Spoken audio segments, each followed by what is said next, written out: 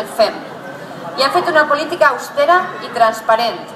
En estos anys han aconseguit que Torrent siga el quart municipi de la Comunitat Valenciana, segons una institució a nivell europeu, més transparent d'esta comunitat i un dels 47 més transparents de tota Espanya.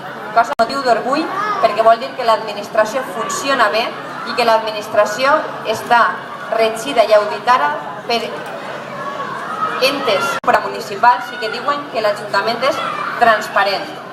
A partir d'ahir han fet una sèrie de millores en seguretat, hem obert la central de control del DAFI, que és una illa i que us convida a poder veure-la, i també hem recuperat el nostre patrimoni, la torre, els arquets, les fonts, els camins rurals i, com no, l'hort de tren. Com sou una població de gent jove, vos anuncie que tots els diumenges en l'hort de Trenor n'hi ha tallers infantils per als xiquets.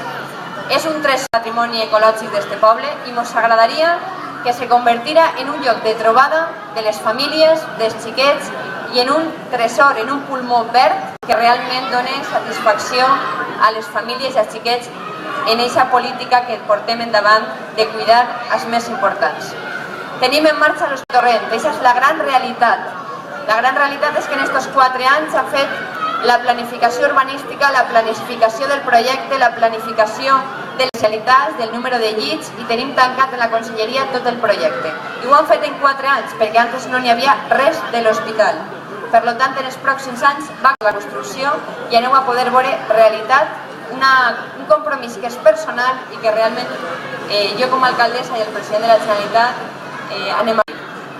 I una cosa molt important, volem una administració eficient i han aconseguit que tingueu un ajuntament cada dia més àgil. Tenim que continuar siga molt més àgil.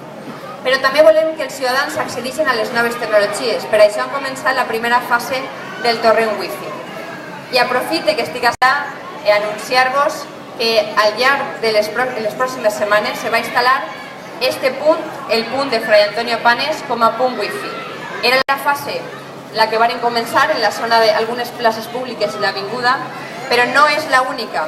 Al llarg de la pròxima legislatura anem a fer totes les places públiques en punt wifi. I precisament en Fray Antonio Panes, que és la plaça en la que estem, se va instal·lar al llarg de les pròximes setmanes perquè tingueu accés a les noves tecnologies i pugueu navegar per internet en aquestes places, en bon ambient, i tingueu accés a tot el que necessiteu. Jo, així, he fet un resum, m'ha deixat moltes coses, però sí que m'agradaria que fóreu vosaltres els que me preguntareu i és que en total normalitat i naturalitat, que per a això estem, perquè som persones normals, simplement fem el que podem, me preguntareu o me traslladareu aquelles inquietuds que penseu que són importants per a aquesta zona o per a tot el poble. Moltíssimes gràcies.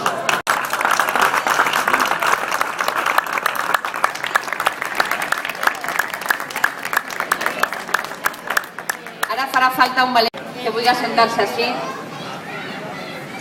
Primer valiente.